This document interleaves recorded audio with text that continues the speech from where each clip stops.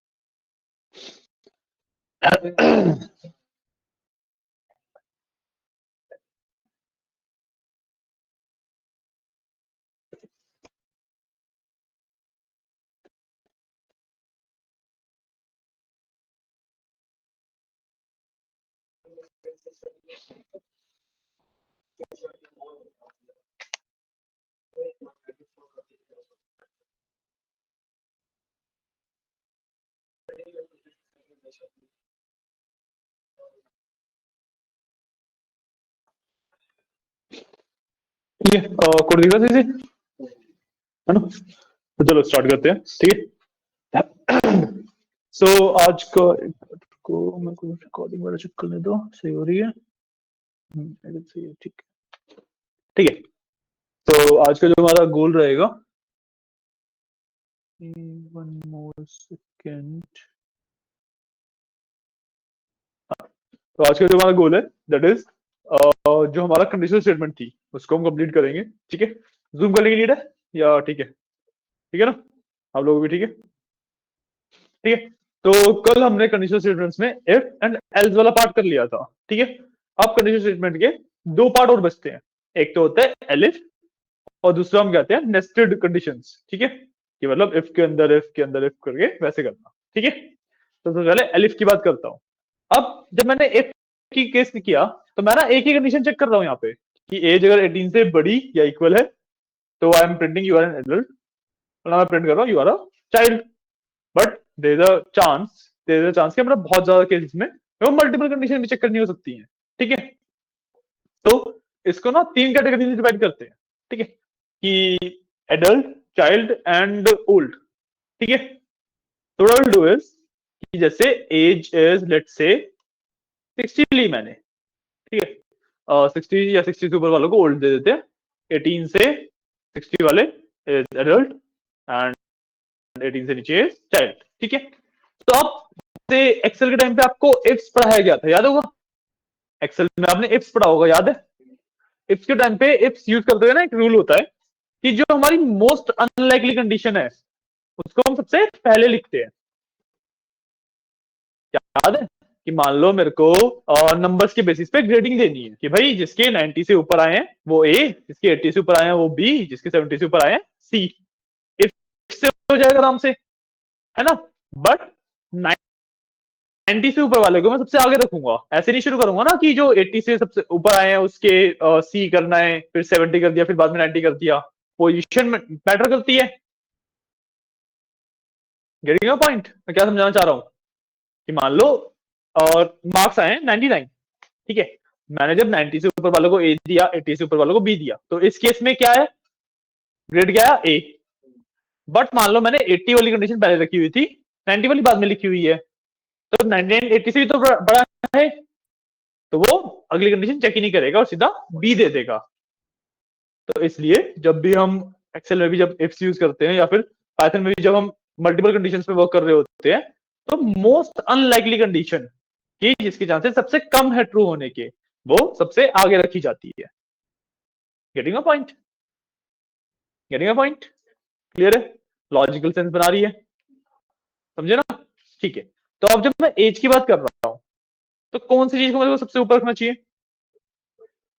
सबसे बड़ी को रख सकते हैं, है ना? या फिर मैं एक्चुअली 18 वाले को भी रख सकता हूँ।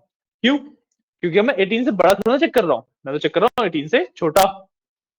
तो या तो मैं 18 से छोटे वाली कंडीशन को सबसे ऊपर रख सकता हूँ या फिर मैं ये 60 से ऊपर वाली कंडीशन को। लेकिन इस केस में एक चीज और है कि मैं जब या वो करते हैं तब भी बताऊंगा, ठीक है। मैं 18 वाली से शुरू करता हूँ, ठीक है। अब मैं 18 से छोटे वाले के लिए चेक करूंगा, ठीक है। स्मॉलर देन या इक्वल टू, सॉरी प्लस लगा दिया, इक्वल टू, ठीक है। सिंबल चेंज हो जाता है ये, but it is smaller than या इक्वल टू का सिंबल है ये, ठीक है। और ये होगा मेरे लिए child, you are a child, क्या, ठीक है, यू आर अ चाइल्ड। समझ आया, कोई दिक्कत नहीं, क्लियर, ठीक है। अब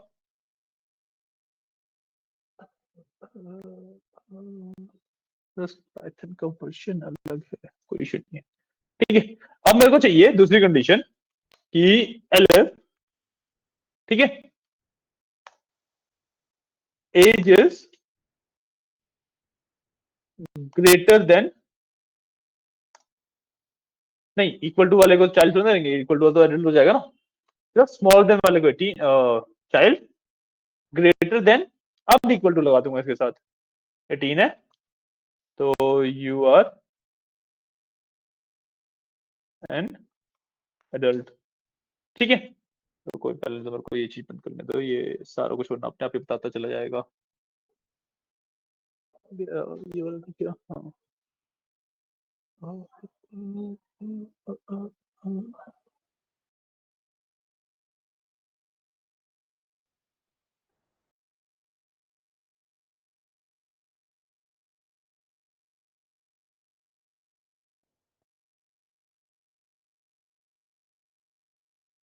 ठीक है, ठीक है, तो बोल दिया यू आर एन एडल्ट बोल दिया हमने, ठीक है। अब एल्स में, क्योंकि बाकी सारी कंडीशन वही बचेंगी, एल्स में I can simply give print you are old, ठीक है, सिंपल। सेव करूंगा, रन करके देख सकते हैं, पाइथन और 1pm डॉट पाई है ना, 1pm dot pi, you are an adult. हाँ देखो यहाँ पे दिक्कत आई, वाली दिक्कत हुई कि एज 60 है, एज 60 है, वो 18 से तो बड़ा है, और जैसे ही वो सेकंड पे आया टर्मिनेट हो गया, तो यूएन एडल्ट बोला, खत्म, ठीक है। अब इसके लिए क्या किया जाए, या तो मैं ये ओल्ड वाली कंडीशन को यहाँ पे डालू, एडल्ट को यहाँ पे डालू, कि 18 से छोटे वाले को चाइल्ड बोले, 60 से ऊपर वाले को ओल्ड बोले, बाकी बच्चों को वो बोल दे एडल्ट, तो मैं ऐसे करूँ। वरना मैं मल्टीपल कंडीशन भी यूज कर सकता हूँ, ठीक है। मल्टीपल कंडीशन कैसे, मैं यहाँ पे इसके साथ ये भी लगा सकता हूँ,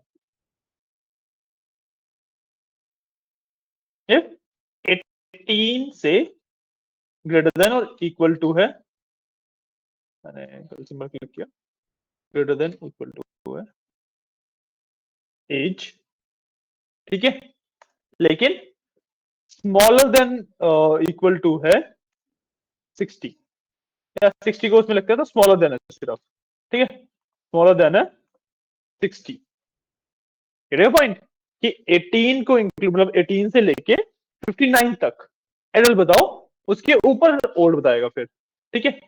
दो कंडीशन लिख दी मैंने एक साथ, पॉइंट, समझ आया, इजी है, सेव किया, रन किया, अब आ रहा है यू आर ओल्ड, फिक्स हो गया ये, ठीक है। So this is basically my elif statement, ठीक है। लिख लो इसे, नोट डाउन कर लो इसे एक बार।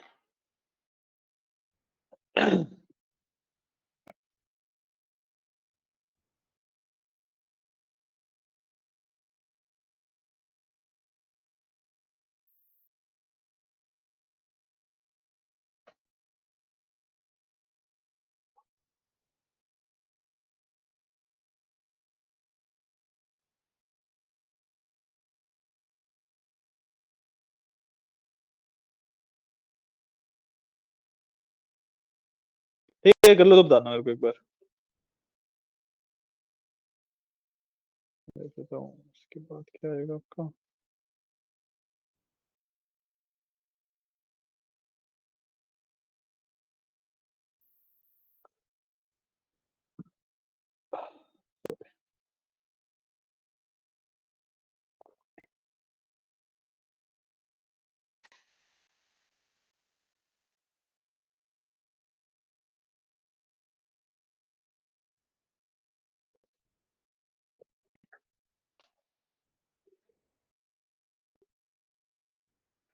हाँ, एंड एक चीज और ध्यान रखना कि जो इफ है सिर्फ वही ही सेपरेटली यूज किया जा सकता है। आप एलिफ को सेपरेटली या एल्स को सेपरेटली या एलिफ और एल्स को एक साथ नहीं लगा सकते। और आप एलिफ या एल्स लिख रहे हो so it is a must कि इफ लिखा हुआ हो, बट इफ लिख रहे हो तो एलिफ और एल्स दोनों ही ऑप्शनल होते हैं। बात समझ आई मेरी कि इफ एज इट इज लिखा जा सकता है, एलिफ एल्स बिना इफ के लिखे नहीं जा सकते। ठीक है, इफ होगा तभी एलिफ और एल्स एग्जिस्ट करेगा, लेकिन इफ बिना एलिफ और एल्स के भी एग्जिस्ट कर सकता है। ये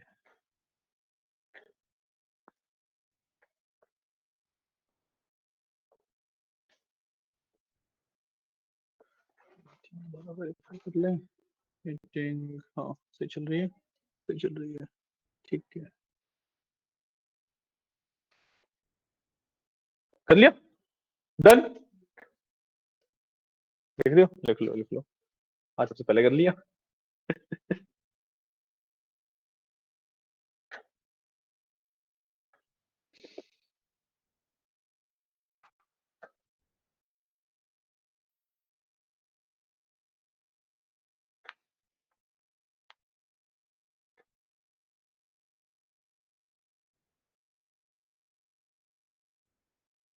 बता रहा है सब बढ़िया तरीके से। क्वेश्चन क्वेश्चन देना शुरू कर दूंगा एक दो टॉपिक के बाद। ठीक है, प्रैक्टिस कर लेना फिर। हो गया, डन। डन ना, ठीक है। ठीक है, ये होता है। अब जो अगला टॉपिक हमारे पास आता है वो आता है नेस्टेड इफ। ठीक है, तो इस वाले को मैं कमेंट आउट कर देता हूँ। ठीक है, इस वाले को मैंने कमेंट आउट कर दिया। ठीक है, अब मैं आऊंगा नेस्टेड इफ पे। नेस्टेड इफ का मतलब क्या होता है कि मेरे पास एक कंडीशन है जो तभी चेक होएगी जब एक पहले कंडीशन सेटिस्फाई हो रही है।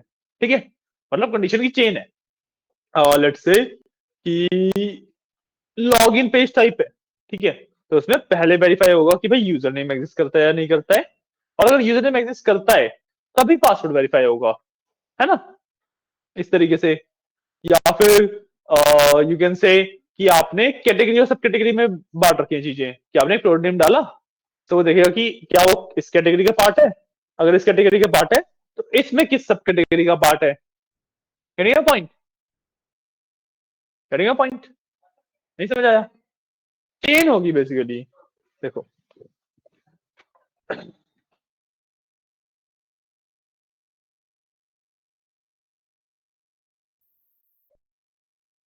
क्या कर दिया मैंने, रुकना जरा।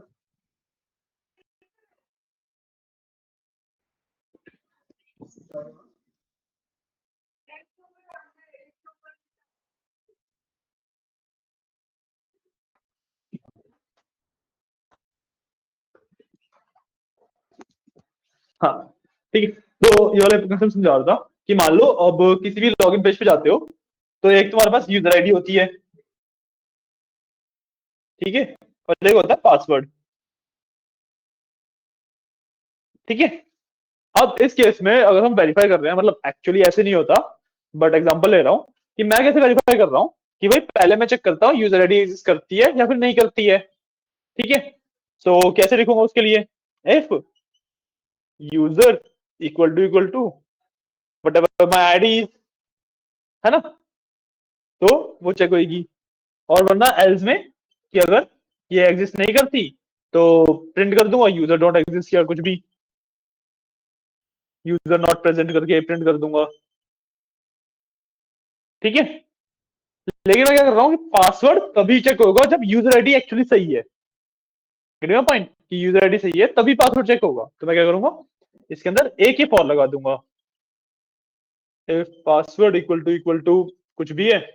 ठीक है, देन यहाँ पे प्रिंट हो जाएगा कि लॉग इन सक्सेसफुल, वरना इस वाले के एल्स में आई विल डू रॉन्ग पासवर्ड।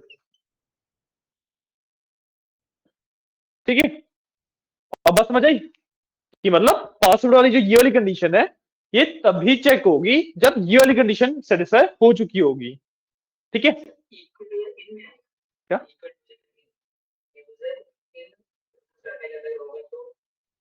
नहीं, क्यों?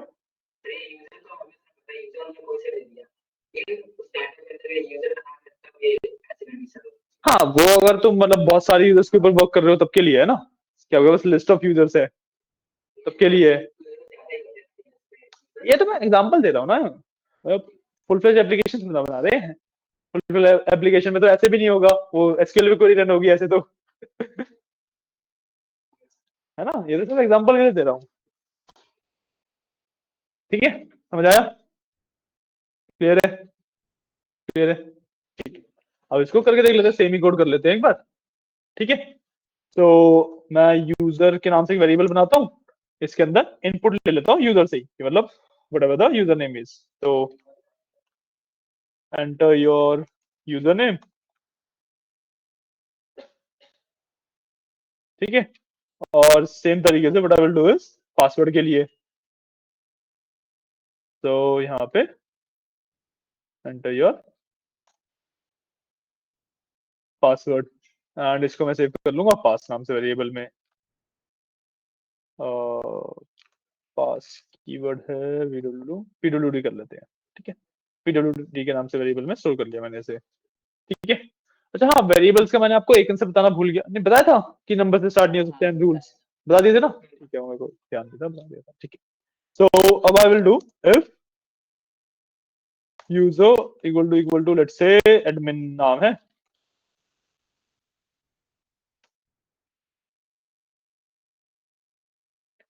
If user equal to admin, अगर यूजर एडमिन है तभी पासवर्ड चेक करूंगा, तो if pwd pwd let's say 1234 है।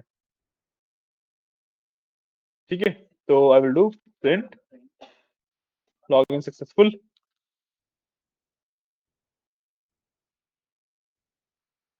ठीक है,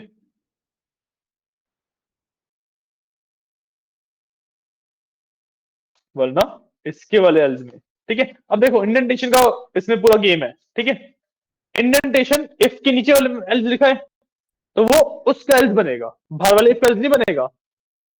पॉइंट कि उस वाले इफ के नीचे इस वाले इफ के नीचे मैंने एल्स लिखा है ना, ये दोनों सेम उसमें अलाइन में, तो ये इफ एल्स साथ में वर्क करेंगे। ठीक है, अगर यहीं पे मैं ये वाले एल्स के सामने से ये वाला स्पेस हटा दूं, तो अब ये एल्स इस वाले इफ का एल्स बन गया है। ठीक है, ये इंडेंटेशन की काफी इंपॉर्टेंस है। ठीक है, else I will do print will do pwd लिख देते हैं। ठीक है, और अब इस वाले के एल्स में I can do wrong user name not defined, user not found, कुछ भी लिख लो, यूजर नॉट फाउंड। ठीक है, क्लियर है? अब सेव किया, रन करके देख लेते हैं।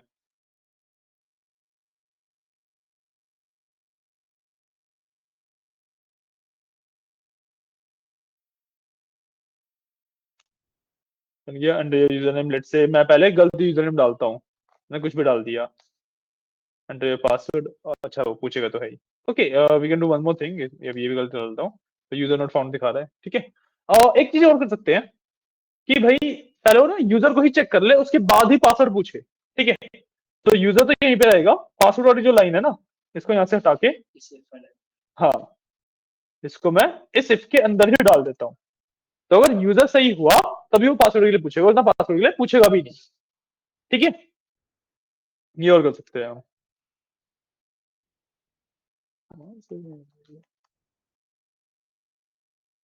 ठीक है, एंटर यूजर ने, मैंने कुछ भी डाला तो यूजर नोट फाउंड करके उसने एग्जिट हो गया। अब सिमिलरली अगर मैं यूजर नेम से डाल दूं, सो एडमिन डाला, अब उसने पासवर्ड के लिए पूछ लिया, मतलब इसका मतलब मेरे को ये कंफर्म हो गया कि भाई यूजर नेम सही है ना? अब एंटर योर पासवर्ड डाला तो मैंने पासवर्ड कुछ गलत डाल दिया, तो रॉन्ग पासवर्ड, और मैं सेम चीज करूं और इस बार दोनों चीज सही डालू, एडमिन 1 2 3 4, तो लॉगिन सक्सेसफुल। ठीक है, ये होता है कंसेप्ट ऑफ नेस्टेड इफ। ठीक है, इसको नोट डाउन कर लो, फिर आगे बढ़ते हैं। इफ का एक पार्ट और बचता है, मतलब कंडीशनल स्टेटमेंट का एक पार्ट और बचता है, वो पढ़ेंगे इसके बाद।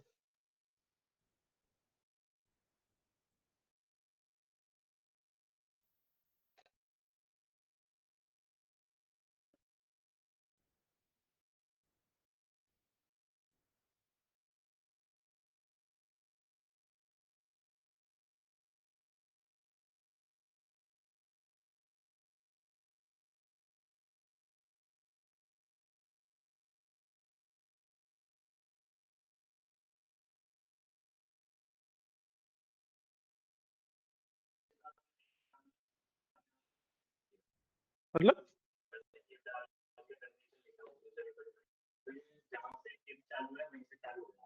आपने ये लगाना भूल गए होंगे कॉलन। कॉलन लगाया? देखते हैं क्या इशू है, दिखाओ। अरे डबल इक्वल टू आता है वो मेरे में, वैसे सिंबल की तरह इक्वल टू बोर्ड पे भी इक्वल टू बताया ना।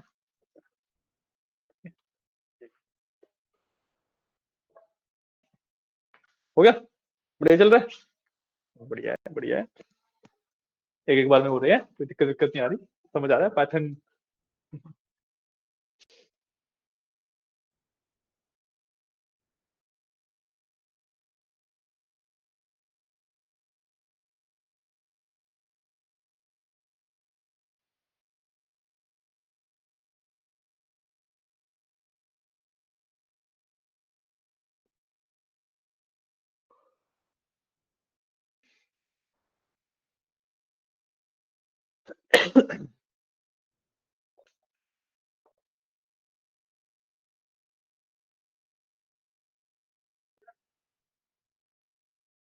हाँ ना, लूप्स का सिर्फ इंट्रोडक्शन रखेंगे, ठीक है। वैसे मैं सोच रहा था लूप्स का पार्ट भी करा देता, बट लूप्स का सिर्फ इंट्रोडक्शन रखेंगे, ठीक है।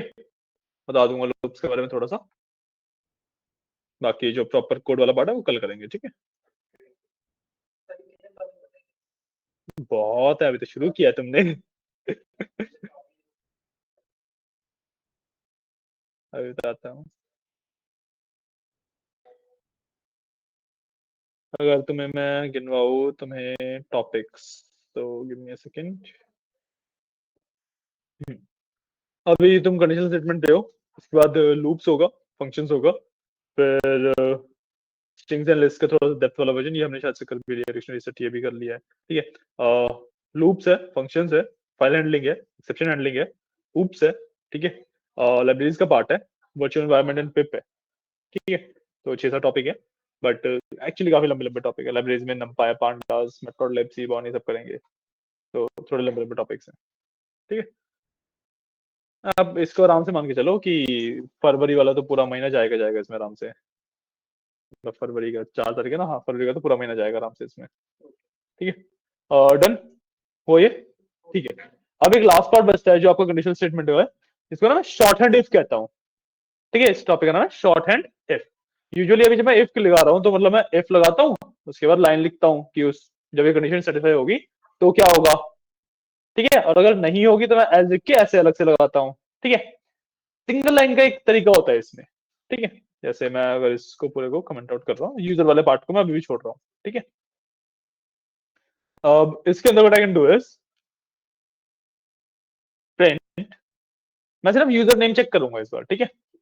Print let's say user found, अब if user equal to let's say admin, ठीक है। इसके बाद एल्स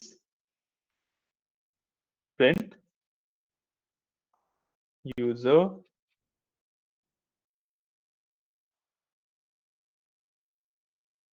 नॉट फाउंड, ठीक है। सिंगल लाइन में हो गया यूजर नेम का चेक, पॉइंट। लाइन तो समझ आई रही होगी कि print user found if user equal to admin, else print user not found. ज्यादा सिंपलर इंग्लिश, मतलब इंग्लिश ही है बेसिकली, इंग्लिश लाइन ऐसी होती है ना।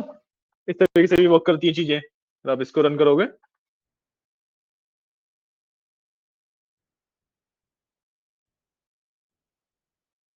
User name let's say admin लिखता हूँ एक बार में, तो यूजर फाउंड, मैं सेम में कुछ भी डाल दूं, यूजर नॉट फाउंड, ठीक है ना।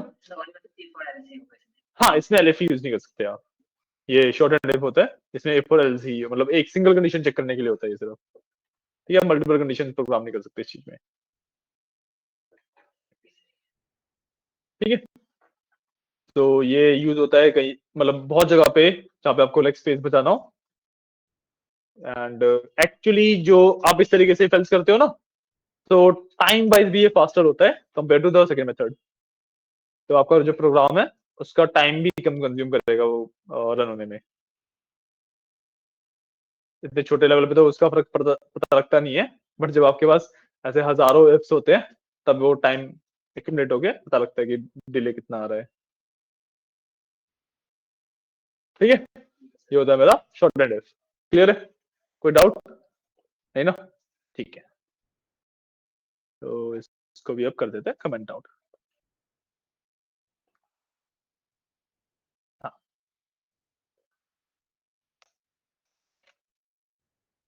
अब जो अपना नेक्स्ट कंसेप्ट आएगा वो आएगा ऑफ लूप्स, ठीक है। जो हमारा नेक्स्ट कंसेप्ट आएगा वो आएगा लूप्स का कंसेप्ट, ठीक है। अब ये देखो लूप्स का कंसेप्ट ना थोड़ा सा ट्रिकी है, तो थोड़ा ध्यान से समझना, ठीक है। आज हम कोड वाला बात करेंगे भी नहीं उसका, सिर्फ समझा रहा हूँ, ठीक है। तो लूप्स का मतलब क्या होता है वैसे तो, मतलब बेसिक टर्म्स में अगर मैं बताऊं, तो कोई भी काम मैं रिपीटेटिवली कर रहा हूँ, मतलब एक ही काम को मैं बार बार कर रहा हूँ, तो I am doing that work in a loop, ठीक है। पाइथन के टर्म्स में भी यही होता है कि मान लो जो ये वाला कोड है मेरा, जैसे इफ यूजर, ये वाला जो कोड था, इसको मेरे को लेट से 10 बार करवाना है, तो यूजर को लेट से 10 ट्राई देने हैं, सही लेने के इसके 10 ट्राई देने हैं, तो उसको 10 बार करवा दूंगा, तो मैं एक ही काम को बार बार करवा रहा हूँ ना, गेटिंग पॉइंट। तो ये चीज अचीव करने के लिए वी यूज लूप्स, ठीक है। अब लूप्स हमारे पास मेजरली दो तरीके के होते हैं, ठीक है, for loop and while loop, ठीक है। ये दो तरीके के हमारे पास लूप्स होते हैं, ठीक है। अब इसमें आप पूछोगे कि डिफरेंस क्या है। डिफरेंस बेसिकली है, देखो वैसे तो आप जो वाइल लूप वाला काम है फोर लूप से भी करा सकते हो, फोर लूप वाला काम वाइल लूप से भी करा सकते हो, दोनों को काम इंटरचेंजेबली यूज कर, मतलब हाँ दोनों लूप ही करते हैं एक तरीके से, आप इंटरचेंजेबली यूज कर सकते हो, but it is not recommended कि आप जो फोर लूप वाले काम है वो वाइल लूप से कराओ, या वाइल लूप वाले काम फोर लूप से कराओ, ठीक है। अब कौन से काम है जो फोर लूप के, जो वाइल लूप के है, जब आपको नंबर ऑफ रिपीटेशन पता है कि आपका कोड 10 बार चलना है, 20 बार चलना है, 1000 बार चलना है, लाखों बार चलना है, नंबर पता है आपको कितनी बार चलना है, उस केस में आप यूज करते हो फोर लूप, ठीक है। जब आपको पता है कि रिपीटेशन कितने होने हैं, उस केस में आप यूज करते हो फोर लूप, ठीक है। जब आपको पता ही नहीं है कि नंबर मतलब कितने रिपीटेशन होने हैं, उस केस में यूज किया जाता है वाइल लूप, ठीक है। So for example let's say मैंने जैसे यूजर आईडी और पासवर्ड वाला बताया, ठीक है, इसमें मेरे को यूजर को 3 ट्राई देने हैं, और 3 ट्राई में यूजर लॉग इन कर पाते तो ठीक है, और ना वो ब्लॉक हो जाएगा या कूल डाउन पे चला जाएगा या जो भी है, ठीक है। तो मेरे को रिपीट करवाना है, लूप लगेगा, कौन सा लूप लगेगा? फोर लूप, क्योंकि मेरे को नंबर ऑफ रिपीटेशन पता है, ठीक है।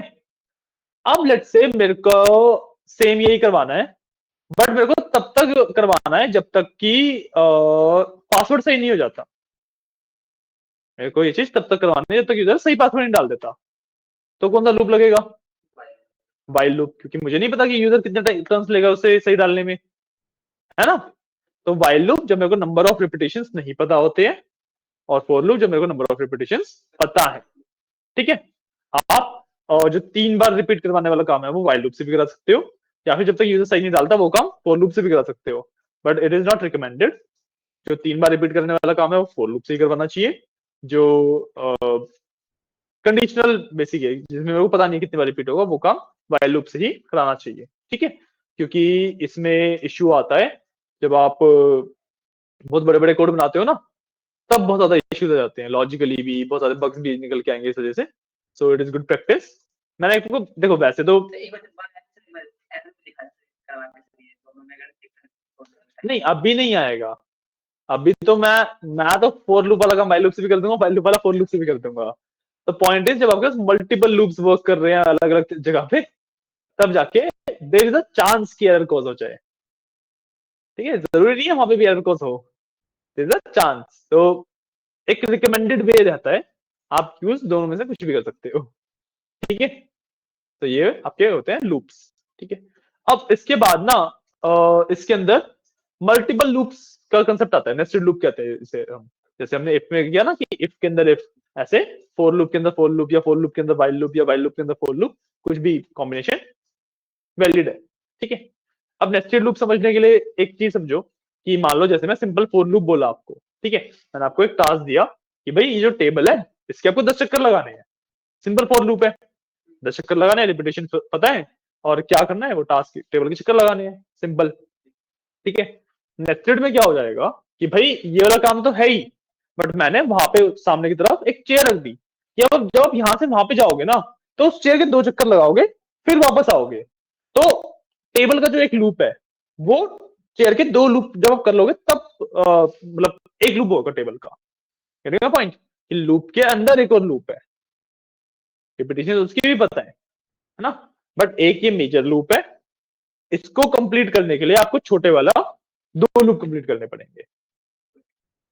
पॉइंट, लूप के अंदर लूप इज नेस्टेड लूप्स। ठीक है, एंड नेस्टेड लूप्स बहुत ज्यादा यूज किए जाते हैं, क्यों? क्योंकि आप इससे जैसे अभी अगर मैं कुछ भी कर रहा हूं तो दिस इज बंडी, है ना, दिस इज बंडी की सीधी सी लाइन में डेटा चल रहा है, या फिर या तो मैं वर्टिकली कुछ भी चला लूंगा या हॉरिजॉन्टली कुछ भी चला लूंगा, है ना, दिस इज बंडी।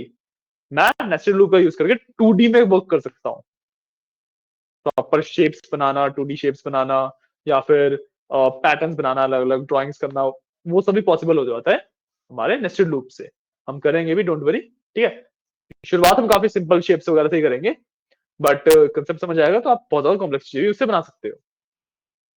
क्लियर है? क्लियर है? तो ये वाला काम हम कल करेंगे। ठीक है, आज के लिए हमने अपना कंडीशनल स्टेटमेंट वाला टॉपिक खत्म कर लिया है। ओके, लूप्स का एक छोटा सा इंट्रोडक्शन ले लिया। क्लियर?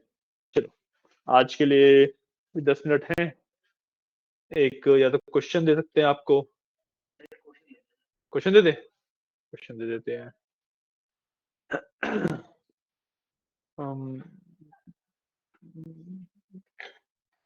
यार क्योंकि अभी बहुत कम चीजें पता है तुम लोगों को ना, क्वेश्चन डिजाइन करवाना काफी मुश्किल हो जाता है। हाँ नहीं, वही मैं बता रहा हूँ कि अभी जितनी चीजें पता है ना काफी कम है आपके लिए, तो इसके लिए ना क्वेश्चन डिजाइन करना थोड़ा मुश्किल हो जाता है। कोई असाइनमेंट का क्वेश्चन दे देता हूँ, मेरे असाइनमेंट होंगे, गिव मी अ सेकंड।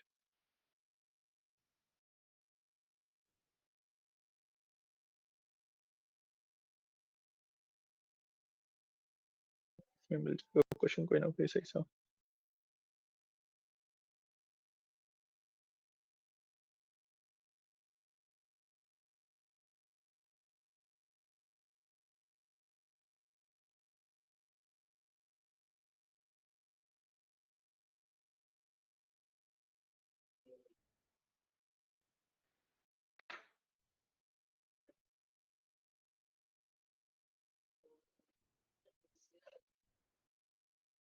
तुम्हें ट्रायंगल्स के बारे में पता है?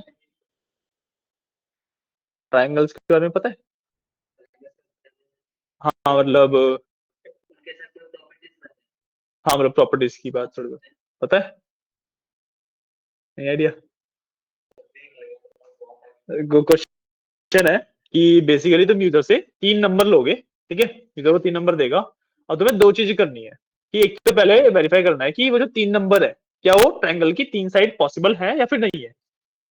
ठीक है, अब ये चीज पता करनी है। दूसरा, अगर ट्रायंगल पॉसिबल है तो बताना है कि वो इक्विलेटरल है, आइसोलेस है, या मतलब किस टाइप ऑफ ट्रायंगल है वो। क्वेश्चन समझ आया? कर सकते हो? इसके अंदर तुम्हें ट्रायंगल की प्रॉपर्टीज वाला कुछ भी अगर देखना है ना तो गूगल कर लेना। ठीक है, हाँ, ट्रायंगल की प्रॉपर्टीज वाला कुछ भी देखना है कि आइसोलेस, ये आइसोसेलेस या फिर ये इक्विलेटरल कैसे होते हैं, क्या होते हैं, वो गूगल कर लेना, कोड खुद लिखना है। हाँ, तो देख लो ना। ठीक है, तो ये वाला काम कर लो। ओके, अच्छा, तुम ना 4 कैटेगरी में डिफाइन करना उसे। एक तो 3 तो वही बेसिक वाली हो गई।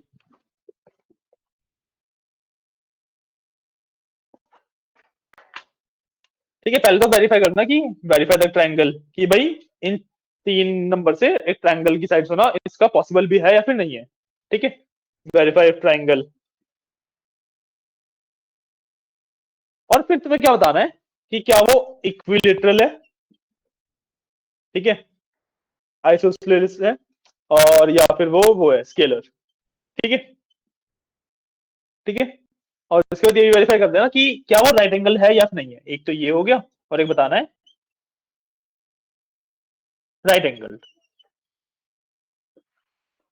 ठीक है, राइट एंगल पता करने के लिए पाइथागोरस थ्योरम। हाँ, ठीक है। और बता भी देता हूँ पाइथागोरस थ्योरम। तो जैसे ये एक राइट एंगल ट्रायंगल होता है, ठीक है। सो लेट्स से ये ए है, ये बी है, ये सी है। तो फॉर्मूला होता है A square plus B square equal to C square. अगर जो तीनों साइड है इस फॉर्मूला को सेटिस्फाई कर रही है तो तुम्हारा राइट एंगल होता है, वरना नहीं होता है। ठीक है। लैपटॉप बंद कर दिया है, अभी करने के लिए दिया है ये काम। अच्छा,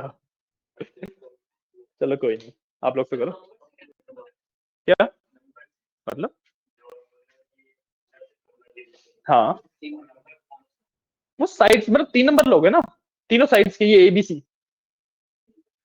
तुमने एबीसी ले लिए, इक्विलेटरल में तीनों कंपेयर कर लोगे कि तीनों इक्वल है तो इक्विलेटरल है। ठीक है। अगर दो इक्वल है एक अनइक्वल है तो आइसोसेलेस, अगर तीनों अनइक्वल है तो स्केलर। ठीक है। और तीनों नंबर से ये वेरीफाई करना कि ट्रायंगल है भी या फिर नहीं, वो एक बार गूगल कर लेना, वो मेरे को भी आइडिया नहीं है।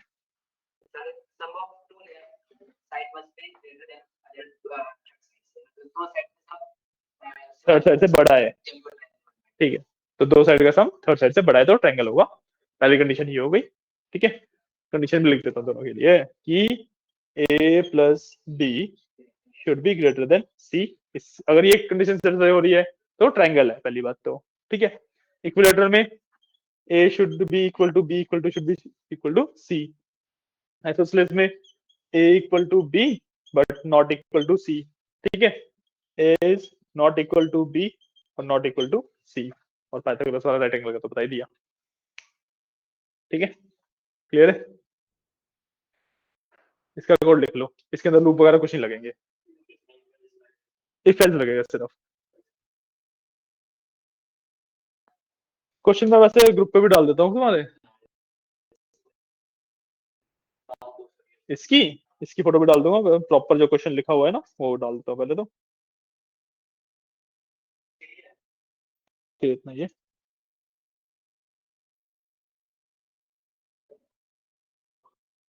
छुट्टी पे दोगे, ऑनलाइन भी नहीं ले पाओगे? अच्छा अच्छा, चलो कोई नहीं, जब वापस आओगे तो एक बार।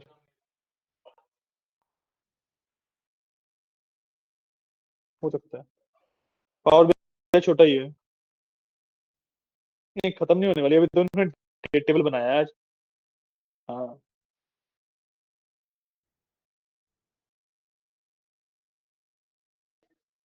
ठीक है चलो, भेज दिया दोनों चीजें भेज दी।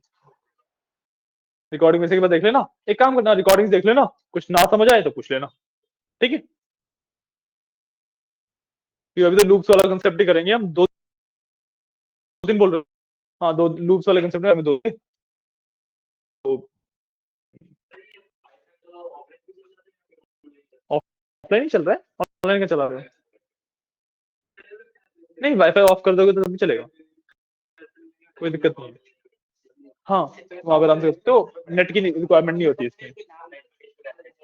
नहीं नहीं, नेट नेट की रिक्वायरमेंट नहीं होती इसमें, ये तुम्हारे सिस्टम पे लोकली चल रहा है प्रॉपर।